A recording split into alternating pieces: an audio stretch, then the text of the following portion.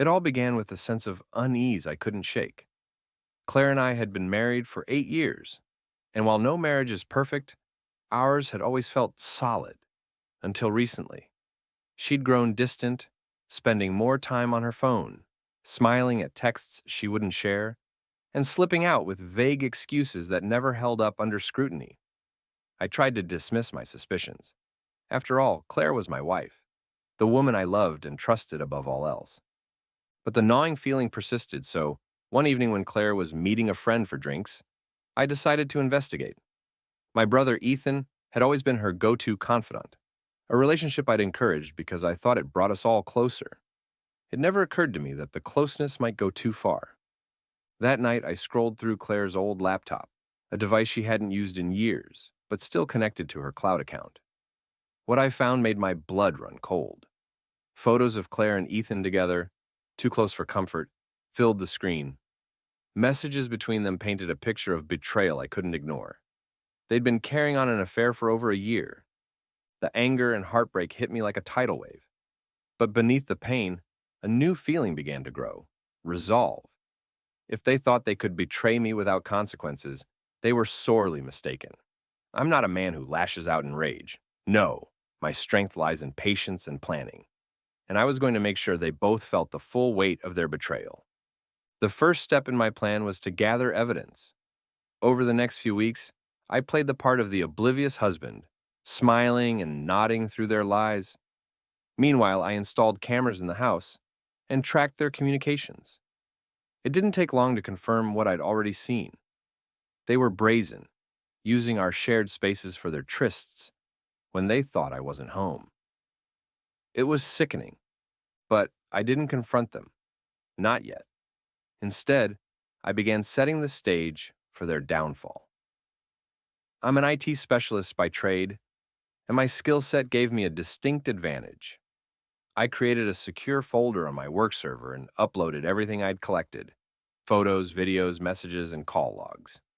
It was meticulous, damning evidence that left no room for doubt. Once it was all in place, I set my sights on the ultimate goal: justice. And Claire's birthday was coming up, and she'd been hinting for weeks that she wanted a big celebration. It was the perfect opportunity to set my plan into motion. I rented a hall, invited all our friends and family, and even convinced Ethan to help with the arrangements. He agreed, of course, eager to keep up appearances.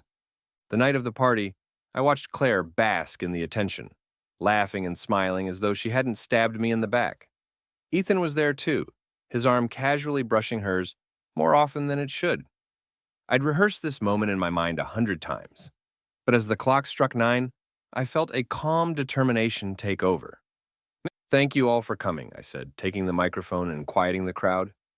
"Claire, you've been the love of my life for 8 years, and tonight, I wanted to celebrate you in a way you'll never forget." She smiled, her eyes glistening with what she thought was affection. "Oh, Nathan, you didn't have to." "Oh, but I did," I interrupted, gesturing to the projector screen behind me. "Let's take a trip down memory lane, shall we?"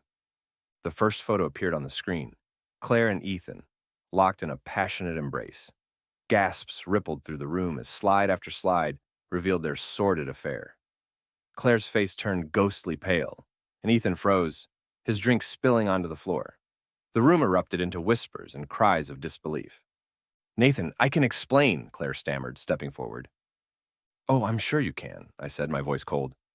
"But maybe Ethan would like to go first. After all, he's not just my wife's lover. He's my brother." Ethan opened his mouth, but no words came out. He looked like a deer caught in headlights, his carefully constructed facade crumbling under the weight of his guilt. "I trusted you," I continued, my voice rising. "Both of you. And this is how you repay me? By betraying me in my own home? Well, congratulations. Everyone here now knows exactly who you are." The crowd's reaction was swift and brutal. Friends and family turned on them, bombarding them with questions and accusations.